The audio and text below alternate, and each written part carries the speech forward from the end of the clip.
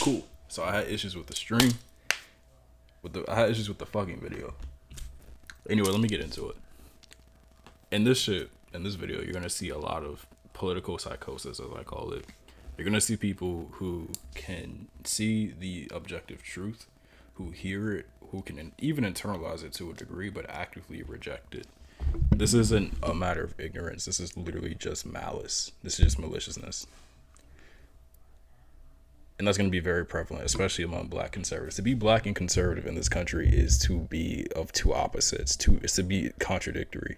You cannot be black and then hold an opinion or viewpoint that objectively has a vested interest in the degradation and terror of your community. Black culture is toxic. And let's get on the fact that there's no fathers in the black home. Let's talk about that. Stop. Who do we vote for? You're talking to a radical, not a Democrat. The radical mind state simply is living opposite to our colonizers, which is an imperialist, capitalist mind state, and radical blacks do not believe that that is any way for us to have liberation. Well, here's what you all keep doing. You keep interrupting me when I'm talking, and you don't want to hear the point that I'm going to make. All right, reparations, fair, necessary. My question would be, who's going to get it? Why would they get it? And how long are we going to sit here focusing on trying to get reparations? It's been how many years since slavery? 150 years, 1865? Whenever there's a real thing that this country wants to do, they do it. Stop Asian hate. Okay, there's a problem with the Asian hate. Let's draft a bill, sign it, and it's done. Anything that needs to be done is done. With us, it's a carrot they dangle in front of us that they don't really want to do. This is an objective fact. So I used to work for my state legislature, and they passed Stop Asian Hate bills like that. When the ADL, I know they're not Asian, but they're a Jewish organization. When they came in and they wanted something passed, immediately it was passed. I sat in on meetings, on discussions revolving around crimes that directly impacted the African American community, especially African American youth, like ending direct charge legislation. Direct charge was it's when you charge a minor as an adult for a crime that they committed. You couldn't get that. I saw them draft a whole bunch of bills to write about, talk about, whatever. Sat in on these meetings, have these discussions, community forums, these community discussions. Nothing got passed. Literally none of the bills got passed for African Americans. But when it came to Asians and Jews, it got passed immediately. You had to look at it like this. The Jews got $90 billion from Germany, just from Germany alone, after World War II. What have we gotten for slavery? The slave owners got reparations. The people that own the slaves, the masters.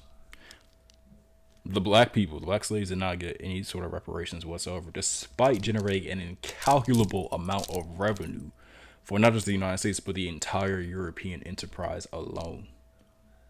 So the question of whether or not black should get it is objectively yes. If you were hypothetically to give black people reparations, all of a sudden everybody's gonna start claiming that they're black. All the people like, me no black, me Dominican, suddenly they're gonna be black.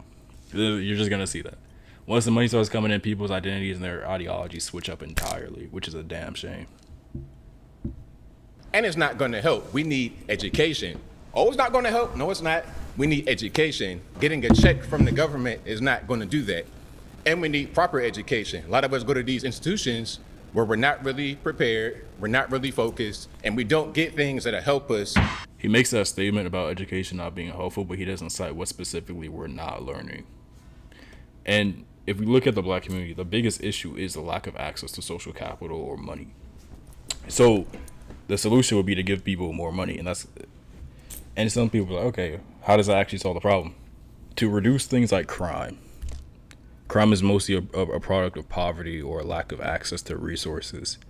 If you reduce that, you not only reduce the crimes of like theft, monetary crimes, or crimes of poverty as they're called, but you also reduce the risk of sociopathic and psychopathic behavior festering within a community, because of the fact that there's no need for that to fester, there's no need for that to foster, because everybody's needs are met. And so then you can isolate the individuals who are just inherently psychopathic and have a spiritual disease, or the people who are doing it out of desperation. They sort of develop into monsters as a result of said desperation. there has not been a committed, concerted effort to shifting the mindset around the use of Black people as a labor force in this nation back when it was slavery, now in the use of slavery as slave labor in prisons. So on a basic 13th Amendment still states that that slave labor is acceptable within the prison system, which is part of the reason why we have private prisons. It's just slavery rebranded. Instead of you being in the fields, because you don't have to be because of industrialization, you just work in the prisons and you basically provide cheap labor for mega corporations. It's basically convict leasing again. If you're not familiar with convict leasing, that's when people who were convicted of crimes and who were incarcerated were basically sent to do the same duties and tasks as slaves. And they were leased to corporations and private entities and things like that into the state. It's the same thing. It's slavery and convict leasing rolled up into one, disguised as justice. Cultural level, reparations are an act of repair. They are an effort to say, our bad, we see you now. We have seen that done with Japanese folks who were put in internment camps. We have seen that done with Jewish folks. We have seen that done even in the case of slave owners who received reparations. When it comes the thing about this that baffles me is that there are 20 Negroes in this room that are actively against getting the bag. Who turns down free money? And to that, I say this. If you cannot, and I'm going to assume that a lot of these people in here are Christian, because that's just demographics and statistics. A lot of people are going to be Christian, especially African Americans. If you cannot accept free money from men, how can you expect the blessings from God? If you don't open your heart and your arms to what is literally given to you right in front of you, how can you expect eternal salvation for the Lord to bless you if you can't even bless yourself with the reparations on this earth? Because the slave owners definitely were. They were blessing themselves with the fruits of your labor. Meanwhile, you can't even bring it upon yourself to receive just a modicum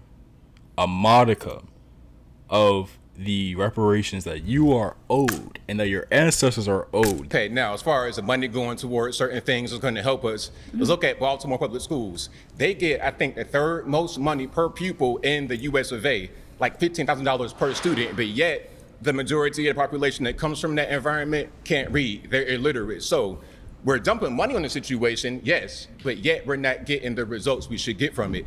Money's not going to help the thing. We need to just focus on what we need to focus on. As far as Black people being labor force of this country, what else are we doing? We got 25% of us on some kind of government assistance. 1 out of every 3 Black men will go to jail. We got to do something. We got to work with our hands. Okay, so Buddy literally just justified slavery. Okay, he says we're not doing anything, so we might as well be a labor force. And people like this often cite that 13 to 50-year-old Blacks are 30% of the population, but they account for 50% of the crimes. They never talk about how it's not convictions, it's 50% of arrests, okay? And within those arrests, the majority of arrests, irrespective of race, do not lead to a criminal conviction at all. And so, to that, Blacks also account for 50% of all criminal exonerations. They never talk about that, which means that half the time that a Black person is convicted of a crime, they did not do it.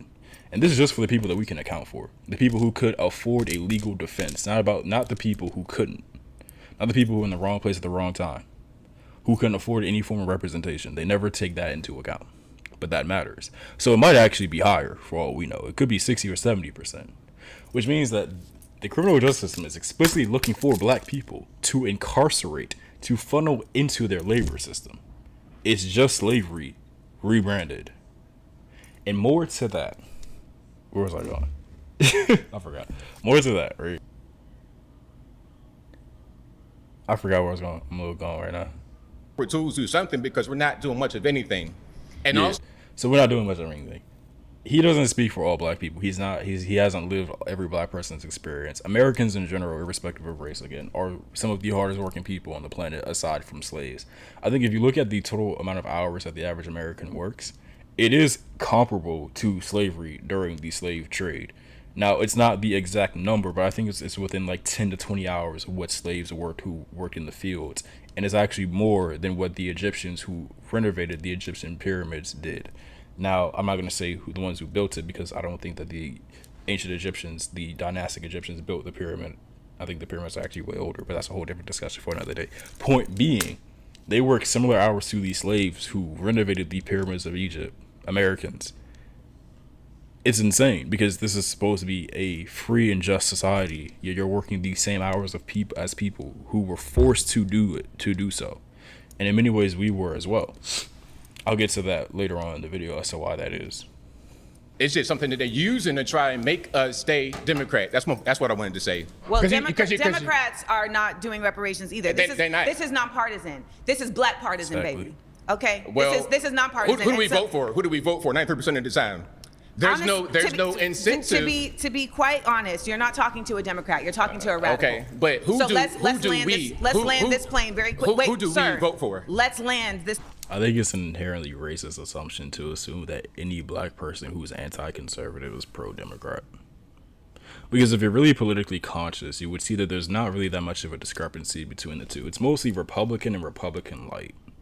Many so-called Democrats or liberals actually adhere to conservative ideologies and fascism and neo-imperialism.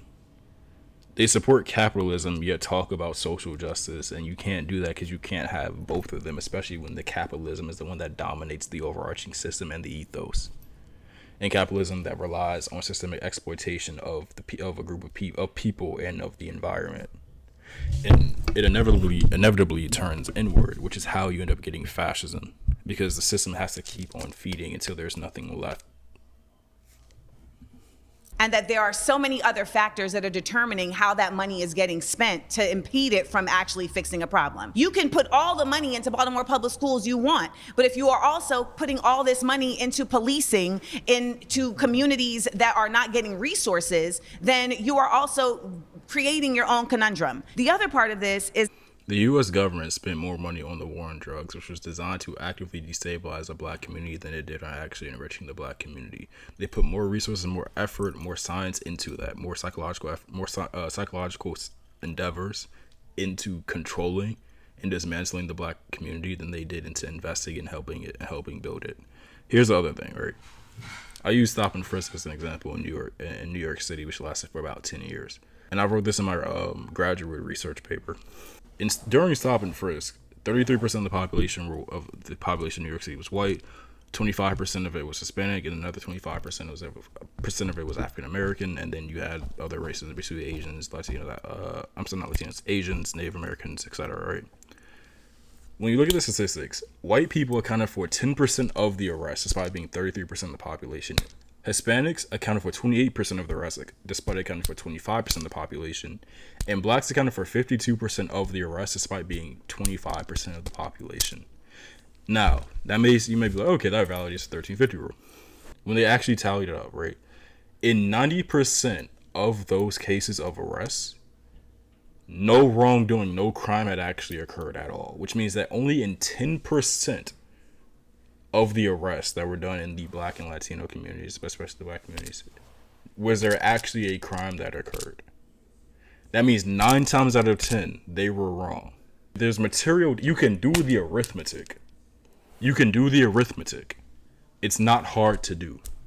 And you can see the material evidence of systemic racism and the fact that no monetary effort matters if you put counter efforts into negating the very thing that you're also investing money into. And to the average American, your money, your tax dollars are being wasted on this sort of contradictory war where you're putting money into the black community, but you're also investing in the destabilization of it at the same time. My name is Matt Nuclear. Hello, Matt. Matt Nuclear. On TikTok. Matt Nuclear, give me a better handshake than that. Let's do it. The most important thing that's necessary right now for the black community would be the stopping of violence, especially black on black violence. I don't see how reparations is going to solve anything. You can give everyone here like a $50,000, especially people that are in the streets who are committing violent crimes consistently, a $50,000 check. It's not going to fix anything. It's not going to increase the median household income in the next 10 years by 10% or 20%. For example, we had the Chinese Exclusion Act of 1882. We prevented Chinese people from getting citizenship and even entering the country. We discriminated against them and basically put them under apartheid, even here in the United States, yet they have the highest median household income. How is that possible? Reparations and beg for this when they are killing each other 90% of the time, which is the rate that black people kill each other, according to the FBI. So according to the FBI, black people do kill. I can't say that a lot. Black people do, unalive each other at 80% rate. Right, 80% of the times that an African American has their life taken is by another black person. Similarly, every 80% of the time that a white person has their life taken is by another white person. It's within the same range. It's an 8% difference, and they're both in the 80% range. Okay, so it's not a black on black crime as a statistic does exist, but as a narrative doesn't actually exist at all. The reason being is that crime is intracommunal. So within a community, you are more likely to be victimized by people who look just like you or from people who hail within that community. And you're more likely to be in a community with people who are within your racial in-group. So Asians are more likely to take the lives of other Asians than anybody else's. White people are more likely to take the lives of other white people than anybody else's. South Asians are more likely to take the lives of South Asians than anybody else's. I'll show it. It's the same thing. So when they say black on black crime, it's literally just a racist narrative that isn't rooted in any sort of material discrepancy that's any different from any other group of people. It's just racism.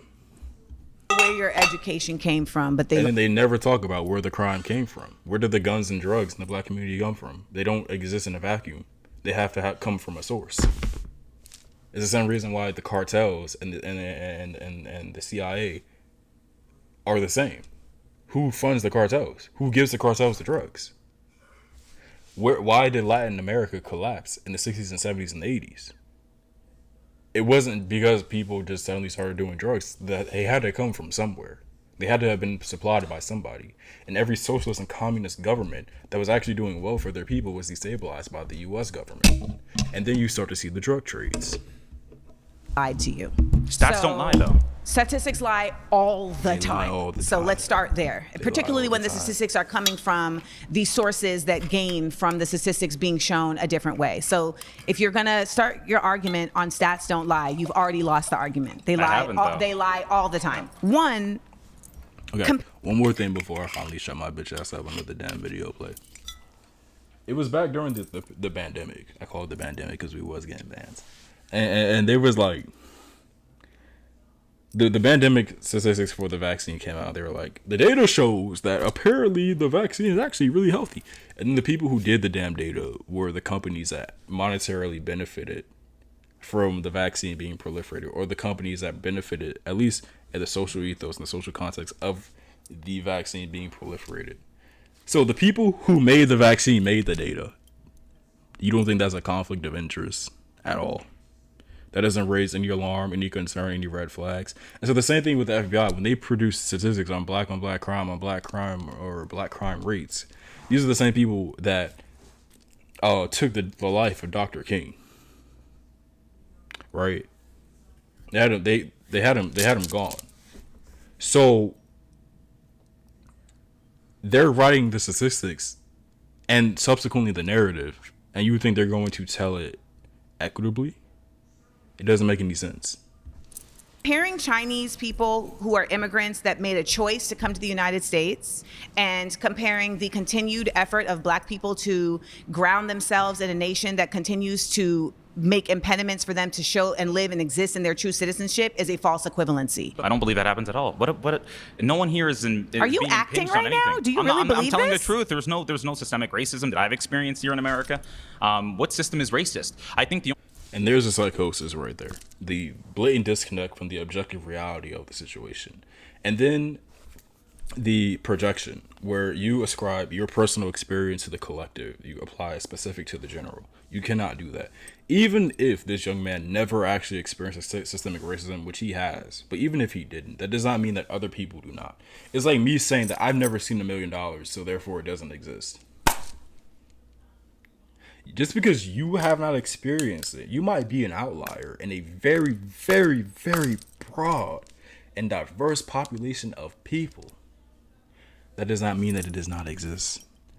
And considering that he has the mentality that he has, he probably most likely 100% has experienced it, but he has not been able to identify or reconcile the fact that he has because of the dissonance of his upbringing compared to his perception. So there's simply no way to make the argument that there isn't systemic racism when we have seen in very clear ways the system operate in an organically racist way. Do not cut me off. When we talk about systemic racism, we can start with even the fact that redlining, which was implemented to discriminate Black communities. Are you shaking your head that redlining doesn't exist? No, I'm saying I don't think it really existed at all. I mean, no, I don't think so. You can do the arithmetic and cite the sources, and you can clearly see the material differences and the consequences of redlining. This is madness. This is psychosis. These people are mentally ill. It's not something that's being made up. It's an empirical fact. And there are realities that exist because of redlining. We know that school systems... And you can see how incredulous they are as well. They're like, nah. They're trying to find some way to combat it rather than accepting the truth of it and just going forward from there. All of them, this is what they do. They try to find this gotcha moment. Truth does not need to be trivialized at all. It doesn't need to be made a spectacle of. You just have to experience it and live it. You just have to take it for what it is and then go from there. There's no reason to try to undermine or upset somebody who is telling you what it is. Because at that point, you're not trying to understand, you're just trying to win. Related to the way that property taxes are affecting the school systems. If a school system is not getting the same property value as the property taxes allow it, then it's not going to have the same efficacy. And if you want to stop them from entering prisons. How are you going to stop people from entering prisons if your goal is to get them into prison? Sure, make them try to be more like Ben Carson than be like King Von. That's very, very simple. So if your examples of archetypes for Black people are King Von and Ben Carson, forfeit the conversation. I saw him on TikTok. Oh, what's that on your chain? This is a coin from Israel. We're not trying to hear what Lord have mercy. We're not trying to hear what he has to say. Automatically, you lost. Off rip. You were supporting a racist apartheid state. You automatically lost. Can't call me. How old are you? I'm 32. I am 44. Oh, really? Oh, you look young. Thank you. That's what water and keeping stress out of your life will do. Really? Mm-hmm. Liberal positions are real stressful. By the way, I wouldn't know. I'm not a liberal. Carry on. Well, it's the liberal position because conservatives believe in hard work. We believe in going to work and working for what you got. Yep. I'm going to stop him right there. So he says liberal positions are very stressful. She says she's not a liberal. Then he doubles down on it and says that people who don't believe in a stress-free life, and he implies this, are liberal. Yet he just said that liberal positions are very stressful. Then he goes on to say that conservatives believe in hard work to try to boost the efficacy of the conservative mindset, which makes no sense when you literally just contradicted yourself. Because at first you're implying that liberal positions are stressful, then she says that she's not a liberal, then you say that people who are not liberal are living stress-free lives and everyone's counter to conservative and subsequently American values. When this whole country was never all racist.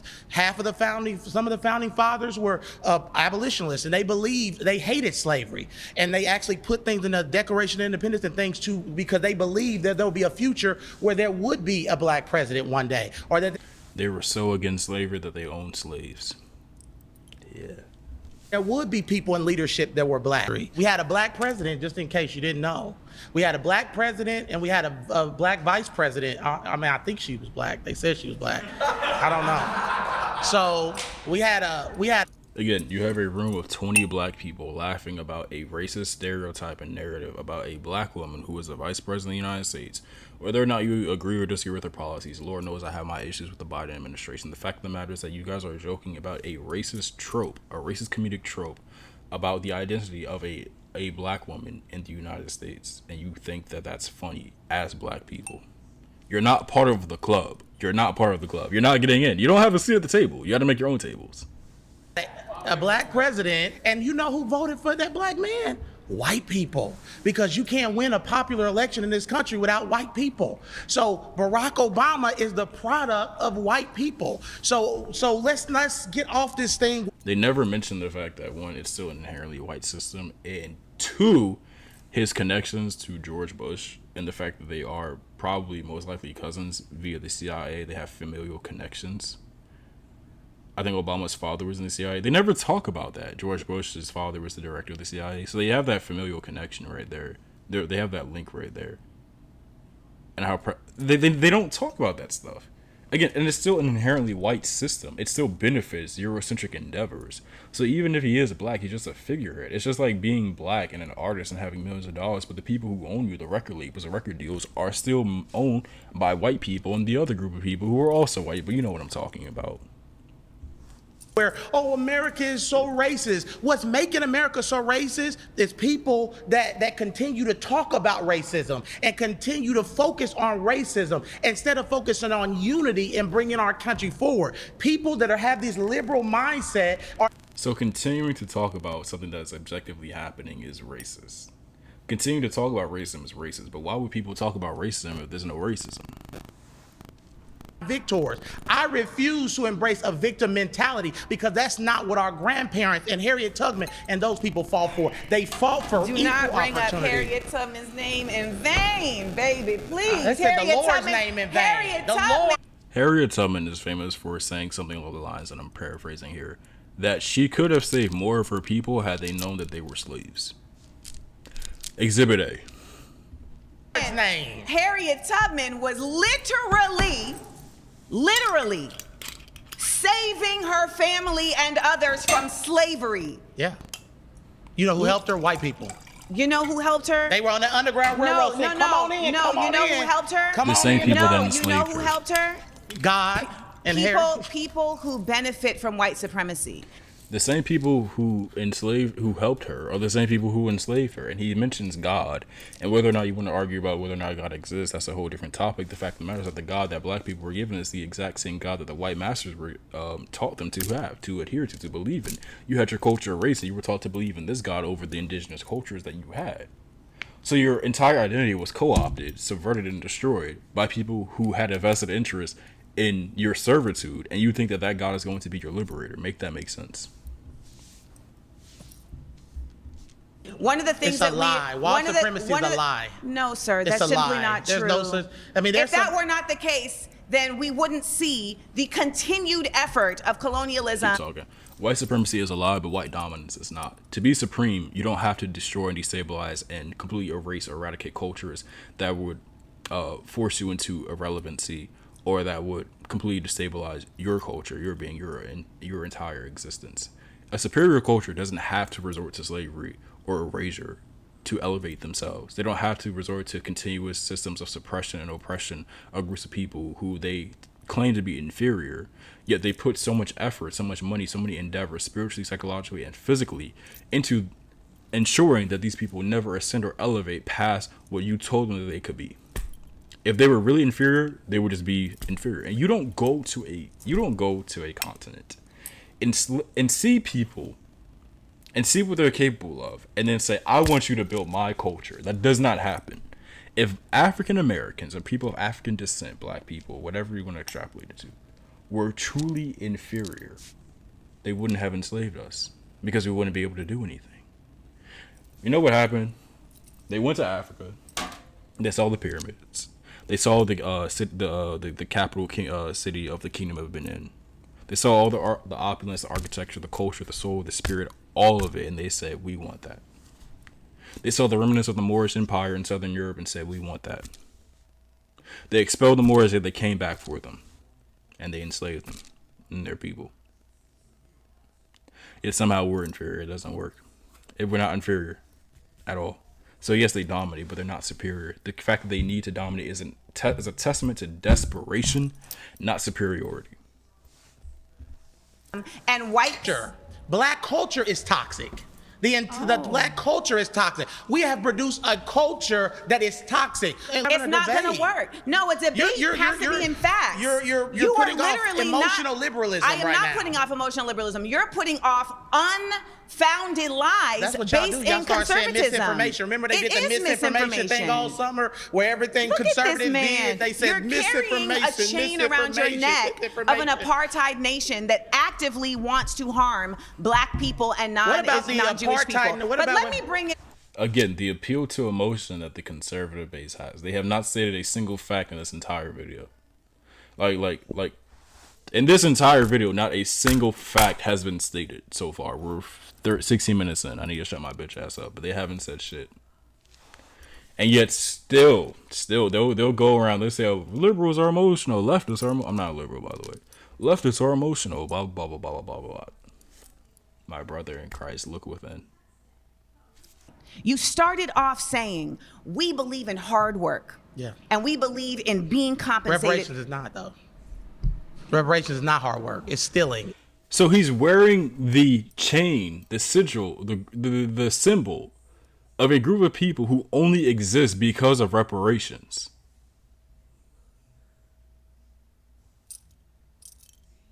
People who are sitting at home playing video games, smoking marijuana. Are you sitting at home playing a video game?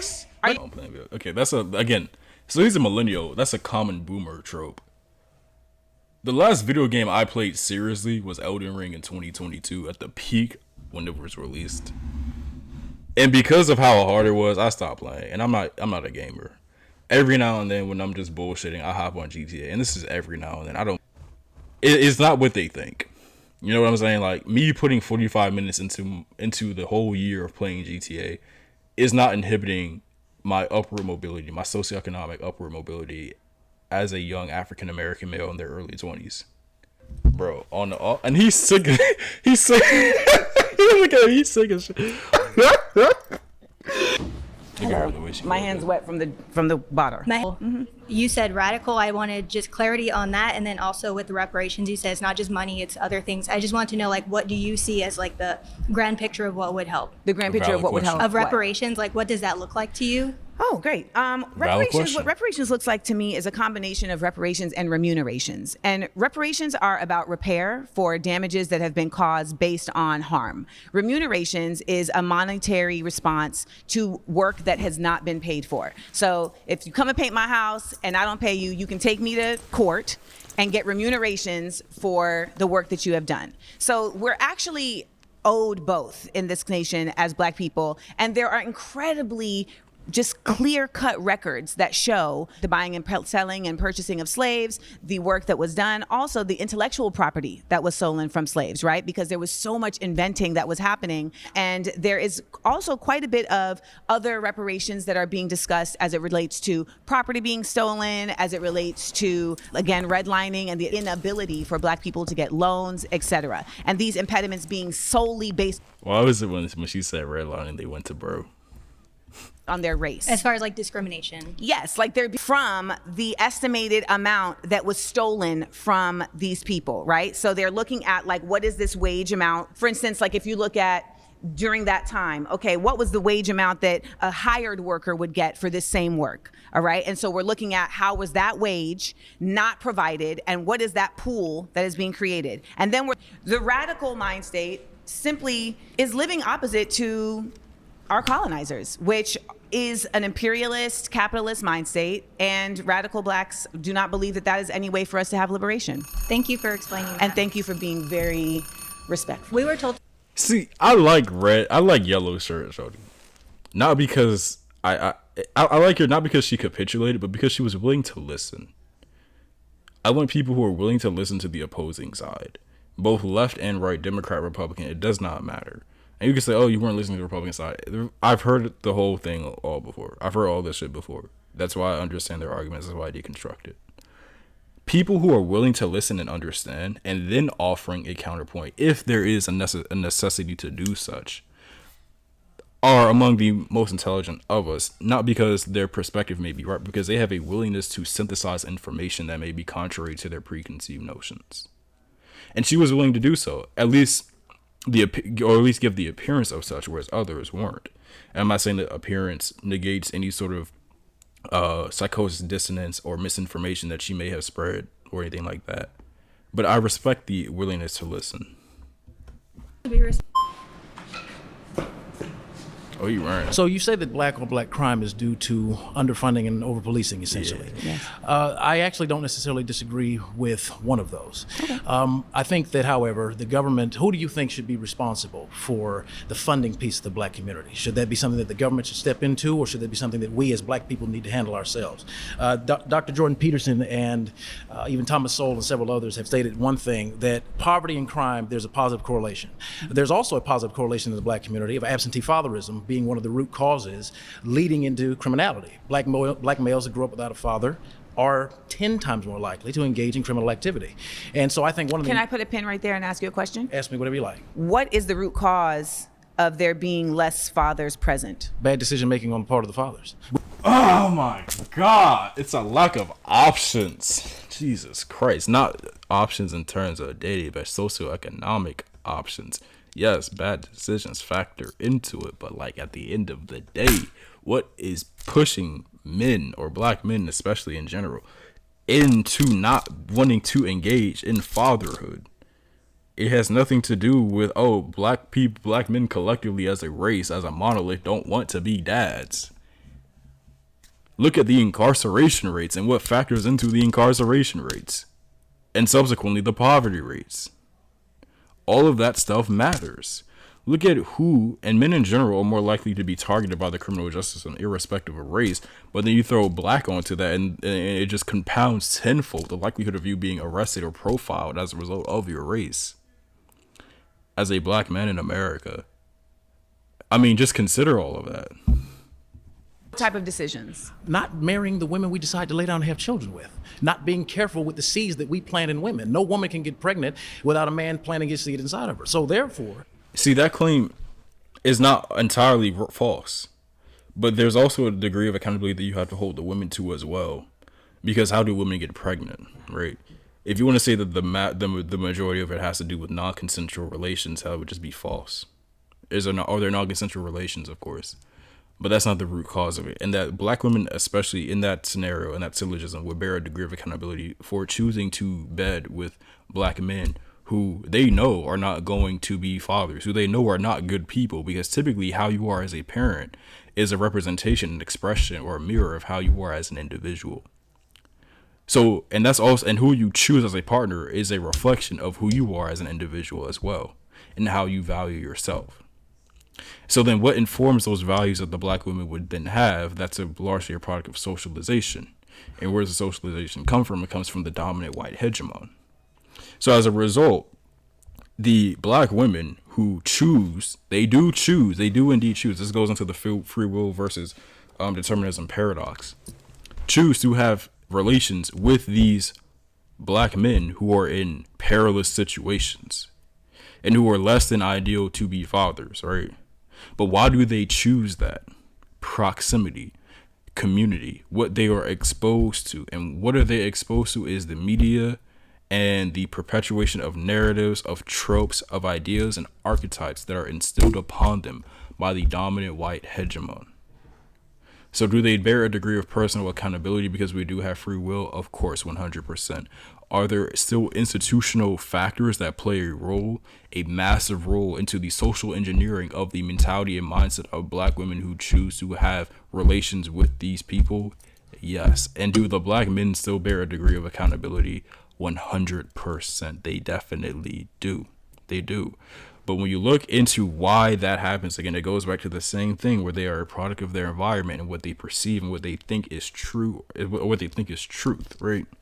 That all goes back to the systemic white hierarchy that they are forced into as a result of them living in an open air prison. So they have free will, but only within the context of what they have been exposed to. Very few outliers have the wherewithal, the psychological wherewithal to break through their programming and their conditioning. And even still, when they do, they don't break through multiple layers of it. They just break through their immediate perception and understanding of things. That is connectedness between familial units. The black community was at its economically strongest while being at its poorest during the segregation era. Prior to 1968, Dr. Martin Luther King in his last speech said that we have an annual income of more than $30 billion a year, which is more than all of the exports of Canada and more than all of the exports of the United States. His Dr. King impression isn't even that bad. States, there was less black on black crime. There was less disenfranchisement. Why was there less black on black crime? Because we needed to live together. We had to stick by each other. We had to stick What by was each there other. also less of? I'm not sure where you're leading. That's a leading question. I don't like those. You don't like this? I don't like leading questions. No, I like direct stuff. So essentially, when we were living in our own communities, we were also policing our own communities.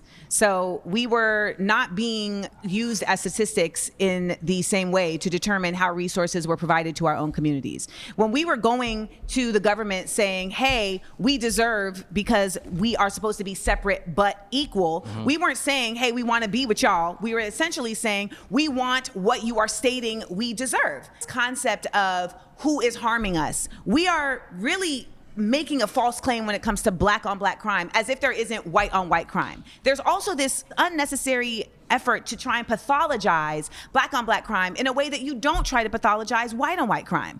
There are white people killing each other every single day. Now, they may be on jet skis in the pictures after they shoot up their whole family, but nonetheless, there are white people killing each other every single day. Now, much of the reason why we may see more numbers in terms of black on black Wait. What is it? white crime. There are white people killing every single He's sick. He's sick, bro.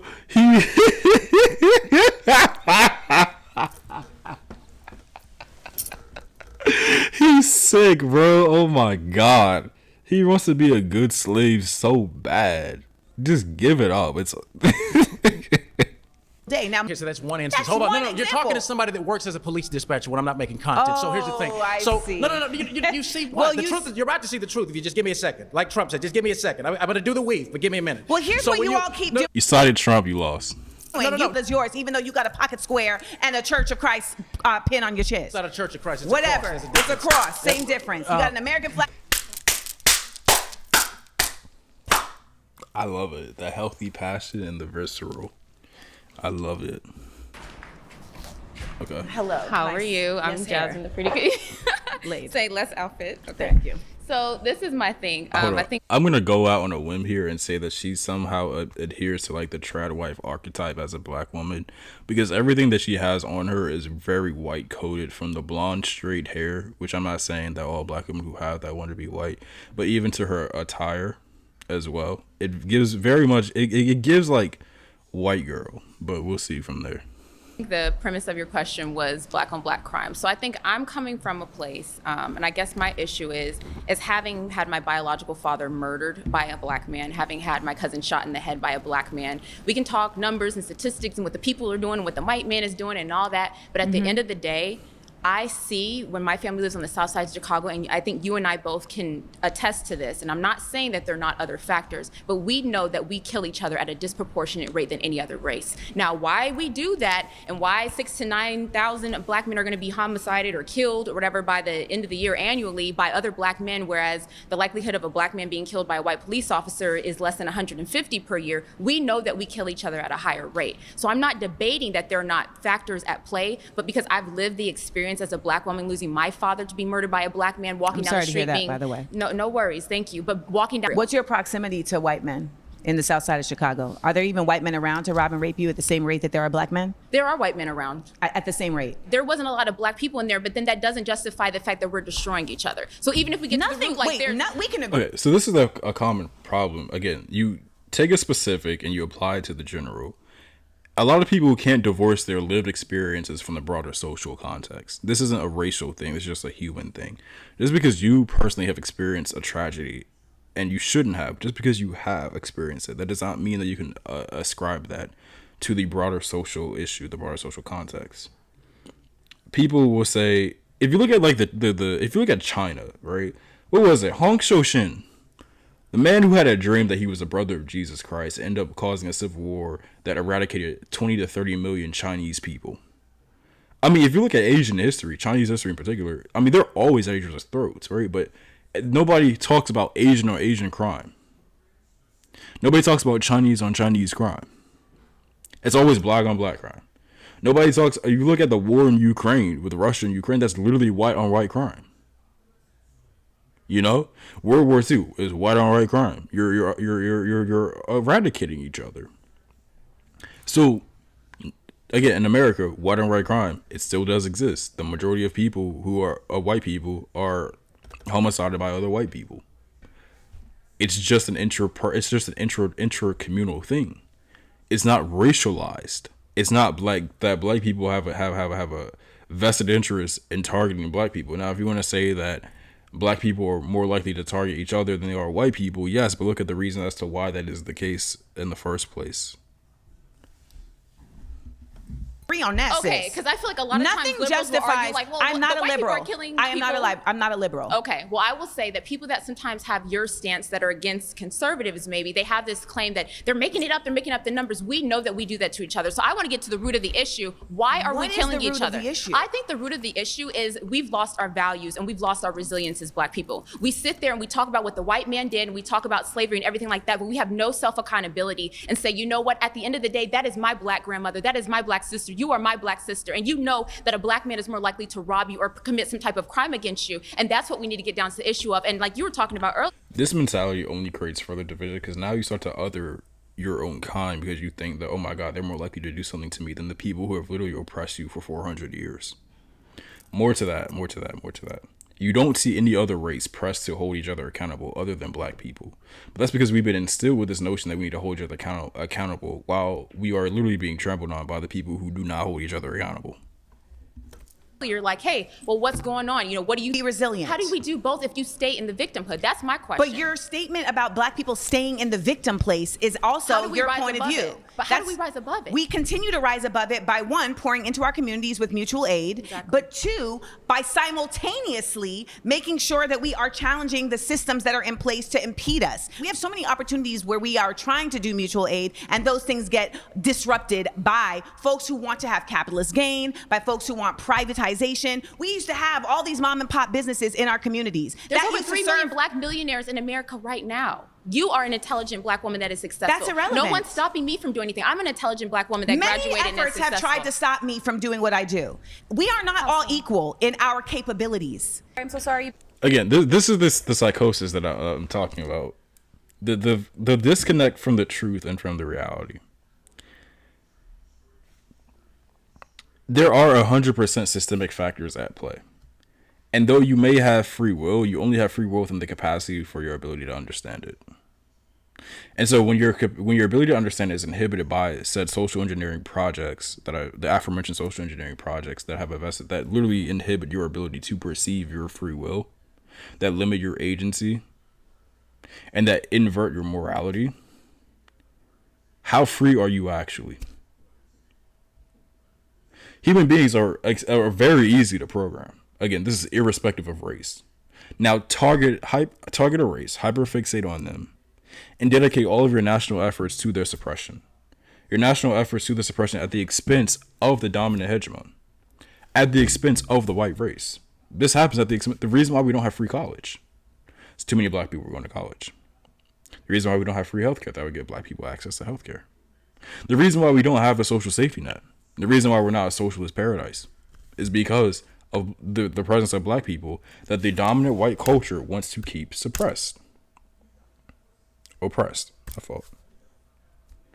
She keeps arguing these counterpoints that just don't make any sense. Amanda Seales literally tells her that she faced hardship, she faced challenges as a result, and she applied that as a result of her being a black woman. And she's like, what challenge? She didn't get a chance to explain it, Amanda Seales.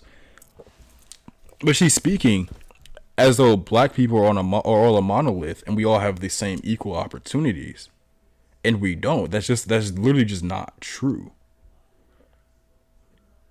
This egalitarian mindset that Americans have been indoctrinated with doesn't actually exist. It never has, so long as there's been wealth inequality and systemic inequity.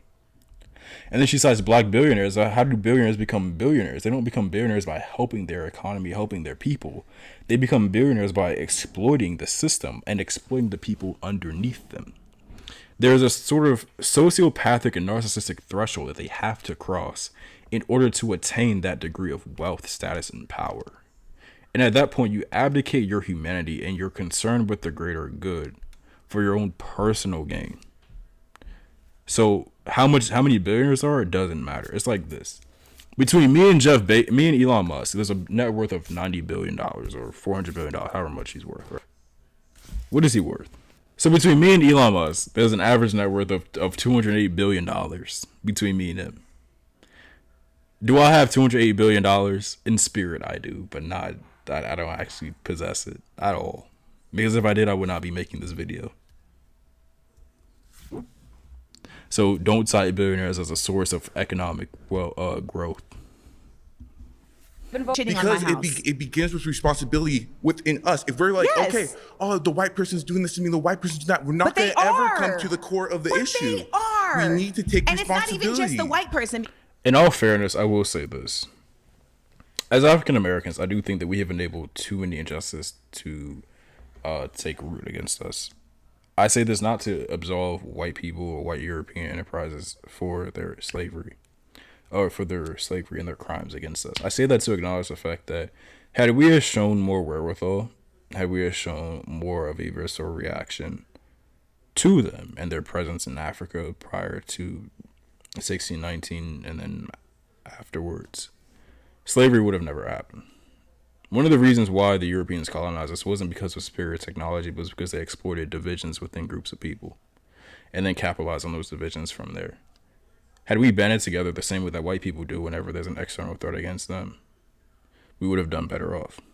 So one thing that white people do, the British hate the French, the British hate the Irish, the Germans hate the Slavics, etc. White people do not get along. European powers do not get along with each other. That's just an objective truth. That's why every world war takes place majority on the European continent. They do not like each other. Christians don't like the Jews, etc. Let a black person, let a black culture, a black civilization try to attain some sort of wealth, prominence, status, whatever the case may be. Suddenly they're all on the same side. And I made this point earlier, in an earlier video, about like how Germany could have won World War II if they weren't racist. If they had sided with the European colonies in Africa and with the Arabs who were constantly asking for help, but they refused it because they wanted the approval and the friendship of the British. But they only truly acted to help the Arab friends, Arabs who were extreme, many of them were brown skin at the time. They only helped the Arabs after the war started, but by that point their resources were spread too thin for them to actually allocate the necessary help for the Arabs to combat the British and the other European powers in the Middle East. So as a result, they lost. So essentially, they sacrificed the win because they wanted to preserve white supremacy, even if they didn't win. And whether or not they were doing this consciously or unconsciously, you could debate that. But the fact of the matter is that there was still that drive, that motivation to maintain white hegemony at the expense of their own victory. And so, where's I going with this? Black people do not exhibit that same behavior where they band together against the external threat that is white people, white colonization, when they have to. So I will attest to that. I will give credit to that. I'm not saying that he articulated that perfectly or that even what he was saying meant that. But there is a degree of personal accountability and responsibility that we do bear on our own impression for allowing this to continuously happen to us. And that also involves the outliers that capitulate to the system for the sake of personal gain, which is mostly a human flaw, not a black flaw. But that human flaw is amplified to the max once you as an African American or you as a black person are specifically targeted to be the poster child of your race by the oppressors. Once you were targeted for a specific role by the oppressors.